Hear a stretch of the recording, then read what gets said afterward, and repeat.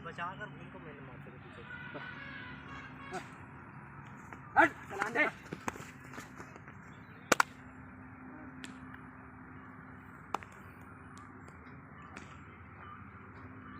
क्या कर रहे हो टीम?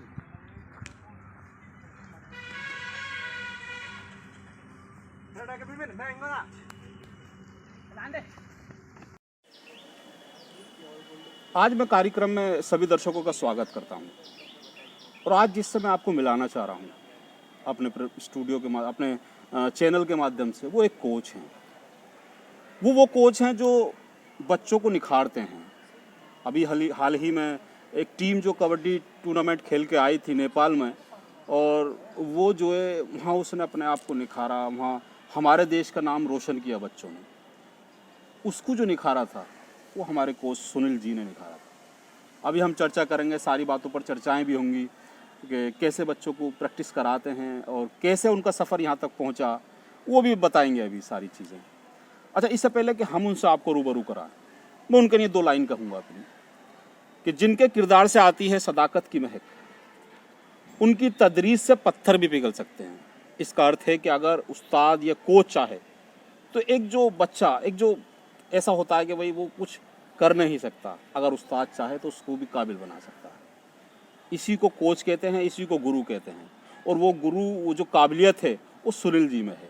हमने देखा इनकी प्रैक्टिस कराते हुए बच्चों को एक लगन, जो बच्चों पर एक जो बच्चा वीकनेस होता है, जो कभी सीख नहीं पाता, उसको पकड़ देखी हमने। वो कुछ गलत कर रहा था, उसको सही बताया कि तुम गलत की ओर जा रहे हो, सही करो। क्योंकि यही एक चिन्ह होते हैं जो उस्ताद की कारीगरी के होते हैं पहचानने के। वो कला सुनील जी में है। अभी बहुत सारे इन्होंने अपने जो शुरू किया था सफ़र, काफ़ी टूर्नामेंट खेले और काफ़ी संघर्षशील जीवन रहा इनका, उसके बारे में बताएंगे अभी सुनील जी, हम आपको चर्चा करवाएंगे। सुनील जी, कार्यक्रम में हम आपका स्वागत करते हैं। जी धन्यवाद। अच्छा, ये जानेंगे आपका ये सफ़र जो था जी, ये कैसे शुरू हुआ? सफ़र, मैं एक माध्यमिक परिवार से हूँ, मध्यम परिवार से, और हमारे पिताजी एक किसान थे। तो हमारे पिताजी जो खेती करते थे, और आप तो जानते ही हो कि किसान, एक छोटा किसान जो होता है, अपने बच्चों का लालन पालन जो है बड़ी कठिनाइयों से जो है वो करते हैं। जी जी जी। तो मैंने खेल स्टार्ट किया था सर 9th क्लास से। लखावटी इंटर कॉलेज है एक, अमर सिंह इंटर कॉलेज लखावटी, वहाँ। तो वहाँ प्रिंसिपल थे पीके शर्मा, कैप्टन पीके शर्मा जी। तो जब मैं वहाँ खेलता था तो मेरा सिलेक्शन होता था, और मैं करीब 5 फीट के हाइट वाले बंदे को बड़ी आसानी से कूद जाता था। तो उस पर मुझे खुश होकर प्रिंसिपल साहब ने मुझे 500 रुपये इनाम में दिए थे। जी जी। तो तब से मेरा साहस और बढ़ गया, और उन्होंने मेरी मदद भी की। और एक बार जब टीम जा रही थी, जब मैं फर्स्ट ईयर में था, मंडल में मैं खेल रहा था, तो वहाँ मेरा किन्हीं कारणों की वजह से सिलेक्शन नहीं हो पाया। जी। फिर दोबारा मैंने मेहनत की। फिर जब मैं इंटर में था, तब वो जा कर के मेरा जो है स्टेट के लिए चयन होगा। चयन के बाद मेरी इंटर हो गई, और फिर मैंने ओपन फेडरेशन होती है AKFI, जिसके डिस्ट्रिक्ट बुलंदशहर में जिसके जो सेक्रेटरी हैं, जो सचिव हैं, वो राकेश शर्मा जी हैं।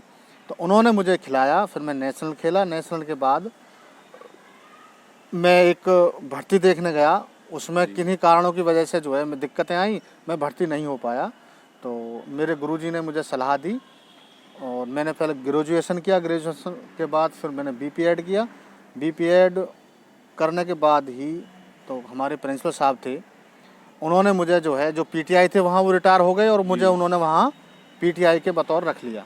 तो मैंने वहाँ मेहनत की, बहुत ज़्यादा मेहनत की, और कम से कम 72 बच्चों को मैंने स्टेट खिलाया लखावटी इंटर कॉलेज से, और कम से कम 15 बच्चे नेशनल खेले। और उसके बाद अभी एक लड़का तो शायद जो नेशनल खेल के आया था, नेशनल खेलने के तुरंत बाद ही जॉब लगी। करीब जो 14-15 लड़के हैं जो जॉब कर रहे हैं आज इस समय। वहाँ से मैं हटा इसलिए था, तो वो रिटायर हो गए प्रिंसिपल साहब। रिटायर के बाद में फिर एक कोच हैं लखावटी में जी, जो ITBP डिप्टी कमांडेंट से रिटायर हैं। तो 3 साल से मैं उनके साथ में था।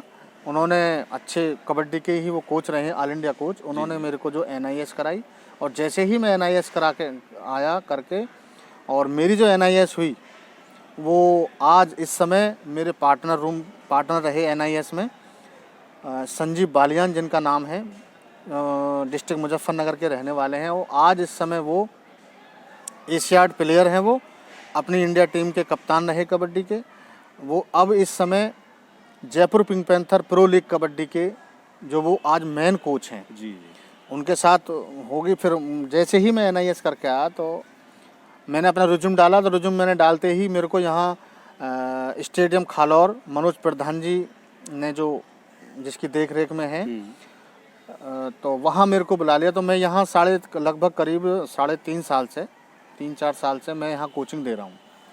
हम बताते चले, सुनील जी बता रहे हैं, सफलता के पीछे एक सफलता के बीच में असफलता का भी पेड़ होता है। आपको उसको भी क्रॉस करना, ये नहीं कि अगर आप उस असफलता के पेड़ के आगे झुक गए, गिर गए कि भाई अब हम नहीं जा सकते, ऐसा नहीं होता। सुनील जी के सामने भी एक वो पेड़ खड़ा हुआ था, उसको असफलता के पेड़ को पार किया, क्योंकि कई बार इनका सिलेक्शन रुका, उसके बाद हुआ।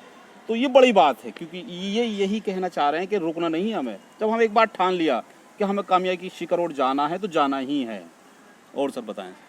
हाँ, तो मैं लगभग यहाँ से दे रहा हूँ इसको। एक पूरी टीम है मेरे पास जी कबड्डी की, अच्छा स्टेडियम है, अच्छी जगह है। और अभी यहाँ APFI फेडरेशन ऑफ इंडिया एक फेडरेशन है, उससे जो है मैंने अपनी पूरी टीम को भेजा। मेरे 4 लड़के सिलेक्शन हुए, उसमें चारों में से अलग अलग फेडरेशन एक ही डेट में कई गेम आ गए। तो उसमें मेरा एक बालक जा पाया जिसका नाम है योगेश ठाकुर। तो ये बच्चा नेपाल खेल के आया और बड़ा ही अच्छा इसने जो है हमारे पूरे स्टेडियम का, पूरे ज़िले का, अपने क्षेत्र का नाम किया। और उस दिन से जो है मेरे पास अब बच्चों की बड़ी भीड़ लगी हुई है प्रैक्टिस के लिए। देखिए सर, हमारा जो काम है वो कच्चे बर्तन बनाने का काम है। हम तो कुम्हार हैं। हम बनाते हैं कच्चा बर्तन, उसको पकाते हैं, फिर ऊपर ले जाते हैं। तो ठीक उसी प्रकार हम जो है अब धीरे धीरे चल रहे हैं। अब आगे की तैयारी ये है, AKFI की जो है गेम आने वाले हैं, जिसकी मैं जो है अब तैयारी में हूँ। उसका जो है स्टेट की डेट अभी आई नहीं है। जैसे ही आएगी मेरी पूरी टीम वहाँ प्रतिभाग करेगी। अभी योगेश जी जो खालौर स्टेडियम में कोचिंग दे रहे हैं, वहीं से एक छात्र निकला था योगेश ठाकुर, और वो नेशनल मतलब खेल के आया था नेपाल में, और नाम रोशन करा जनपद का, हमारे नगर का, क्षेत्र का। उसको कोचिंग सुनील जी ने दी थी। ये बड़ी बात है कि एक ऐसा सोना जो निकल के गया, और उसको तराशने का काम जो किया था सुनील ठाकुर को, वो सुनील जी ने किया था। क्योंकि तराशना बहुत ज़रूरी है। सोना एक सोना होता है, लेकिन जब तक उसको गहना ना बनाया जाए, उसमें चमक न डाली जाए, वो बेकार लगता है। वो सुनील जी काम करते हैं, और ऐसे कई अनेक छात्र हैं जो उनकी कोचिंग ले रहे हैं और आगे की ओर जा रहे हैं। सुनील, एक जो लड़का इनका था योगेश ठाकुर जो नेपाल खेल के आया था, मध्यवर्गीय से ताल्लुक़ रखता है, और हम पहले भी उसके बारे में अपील कर चुके हैं कि उसकी मदद की जाए। क्योंकि जो वो खेल के आया है वो बड़ा गेम है। अगर वो यहीं रुक गया तो ये हमारे लिए बड़े दुर्भाग्य की बात होगी। क्योंकि जिस मेहनत से वो आगे बढ़ा और जिस कोचिंग के सुनील जी ने उसको आगे बढ़ाया, उसके बावजूद वो आज अगर रुक जाता है तो ये हमारे लिए दुर्भाग्य की बात होगी। मैं चैनल के माध्यम से अपने उन दर्शकों, उन समाज सेवियों से भी अनुरोध करना चाहता हूँ कि वो उसकी मदद ज़रूर करें, जैसी भी हो, जिस प्रकार से भी मदद बन सकती हो वो करें। अच्छा सुनील जी, जैसे ऐसा होता है कि जैसे जो एक छात्र है जी, उसका आसानी से सिलेक्शन हो जाता है, उसके लिए होता। एक जो छात्र भी नहीं है और जो वो प्रैक्टिस कर रहे हैं जी, और उनमें एक जाने का जज्बात, उनके लिए क्या है? उनके लिए भी कुछ है फील्ड में? हाँ, उनके लिए है। ये गवर्नमेंट ने अलग अलग जो है, जैसे अलग अलग काम होते हैं हर विभाग में, ठीक उसी प्रकार खेलों के भी अपने अलग अलग डिपार्टमेंट हैं। जैसे SGFI एक फेडरेशन है जो गवर्नमेंट अप्रूव्ड है, जो जिसमें केवल विद्यालय वर्ग के, जो पढ़ने वाले वर्ग के लोग बच्चे खेलते हैं। जैसे इंटर कॉलेज माध्यमिक यूपी बोर्ड से, और यूपी बोर्ड से ही अपना डिग्री कॉलेज हो गया।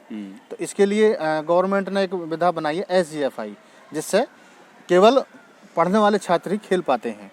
अच्छा, एक है AKFI जो ओपन फेडरेशन है। उसमें कोई ये ज़रूरी नहीं है कि बच्चे जो है पढ़ने वाला ही हो, अच्छा, उसमें बगैर पढ़ने वाला भी बालक जा सकता है, प्रतिभा कर सकता है। ये बड़ी बात है उनके लिए, बच्चों के लिए जो प्रैक्टिस तो कर रहे हैं, पढ़े लिखे नहीं हैं, लेकिन एक आयाम एक खुला हुआ है उनके लिए भी, एक फील्ड है कि वो उस तरीके से जा सकते हैं, खेल सकते हैं, जो देश का जज्बा अपने दिल में जगाए हुए हैं वो रोशन कर सकते हैं। ये सुनील जी एक जो बता रहे हैं फील्ड है, उसके अनुसार जा सकते हैं, ऑप्शन है एक ऐसा। अच्छा सुनील जी, जैसे अब जो तैयारी चल रही है आपकी जी, अब किसकी तैयारी करा रहे हैं आप?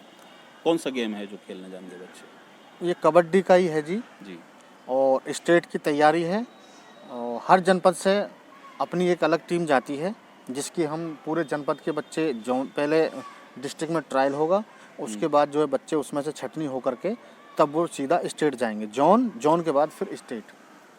अच्छा उसकी तैयारी है। अच्छा, जैसे आप जब पहली बार ट्रॉफी लेके आए होंगे घर में, जी, तो कैसा लगा था आपको? कैसा लोगों ने आपको सराहा था, घर वालों ने, और कैसा फीलिंग थी? देखिए सर, ये करीब 2000 की बात है, जब मैं 10th क्लास में था। जी, तो मुझे स्कूल में भी सम्मान किया गया था, और जब मैं घर पे उस को लेकर के पहुंचा ट्रॉफी को, प्लस 500 रुपये थे जो मुझे इनाम में दिए गए थे विद्यालय की ओर से, तो बड़ी खुशी हुई थी घर वालों को। तब हम ये पता नहीं था कि हमारे परिवार वालों को या हमारे गांव में कि अभी स्पोर्ट एक क्या है, स्पोर्ट लाइन में बालक आगे नौकरी पाता है नहीं पाता है, तो अनभिज्ञ थे। तो उस दिन जो है जब मैंने घर पे ले जा कर के दिया, तब मेरे परिवार मोहल्ले पड़ोस को जो है विश्वास हुआ कि भाई हाँ, पढ़ाई के साथ साथ खेल भी एक अपना अलग वो है, जिससे बच्चा जो है कामयाबी की राह पे जा सकता है। मतलब बच्चों से आमतौर से कहते हैं यार तू पढ़ नहीं रहा, तू खेल रहा है। हाँ, तू पढ़ नहीं रहा, खेल रहा, तू खेल में क्या करेगा, कुछ नहीं मिलेगा। हाँ, सर मेरा एक मानना और है जी, मेरा मानना ये है कि बालक 10th या 9th या 8th क्लास में जब आता है तो गार्जियंस को सब पता हो जाता है कि भाई हमारा बच्चा किस लाइन में जाना चाहता है। मान लीजिएगा उसका दिमाग यदि पढ़ने में होशियार है तो वो बिल्कुल खेल चूज़ ना करे, और यदि पढ़ने में वो कमज़ोर है और मानसिक पावर कमज़ोर है और बॉडी की जो पावर है वो अच्छी है, मतलब पावर अच्छी है उसके अंदर, तो उसको जो है गार्जियंस पढ़ाई में ना दे करके पैसा जो पढ़ाई में खर्च करें, उस पैसा को उस बच्चे पर खेल पर यदि वो खर्च कर दे, तो मैं ये कहता हूँ कि 20 साल 24 साल की एज, 18 साल से लेकर और 24 साल तक वो गार्जियंस के घर को नोटों से भर देगा। ये हम बार बार अपने इंटरव्यू के माध्यम से कहते आ रहे हैं कि जब बच्चा, ये छात्र जिस फील्ड में जाता है उसे जाने दिया जाए, क्योंकि वो वहीं से ही गोल्ड लेके आएगा, आप वहीं से ही आपको नए आयाम खोलेगा। हम आमतौर पर देखते हैं कि बच्चा करना कुछ चाहता है और माँ बाप थोप कुछ और देते हैं, जी। तो वो कामयाबी नहीं मिल पाती है उसमें। अच्छा, अब हमारा सफ़र भी ख़त्म हो रहा है, तो मैं कहना चाहूँगा जो अभी नए युवा बच्चे हैं, जो छात्र हैं, आपके स्टूडेंट हैं, उनको क्या संदेश देना चाहते हैं आपको? मैं ये संदेश देना चाहता हूँ कि सबसे पहला होता है गुरु माता पिता जी, उसके बाद जो गुरु होता है, जो टीचर हैं या कोच हैं, वो उसको तराशता है। तो बच्चे इस चीज़ को समझने का प्रयास करें, और जो खेल के माध्यम से जाना चाहते हैं आगे वो कोच के पास जाएं, और जो पढ़ने के माध्यम से जाना चाहते हैं वो गुरु की बात का, आज्ञा का पालन करें। मेरा ये विश्वास है कि निश्चित रूप से वो सफलता को हासिल करेगा।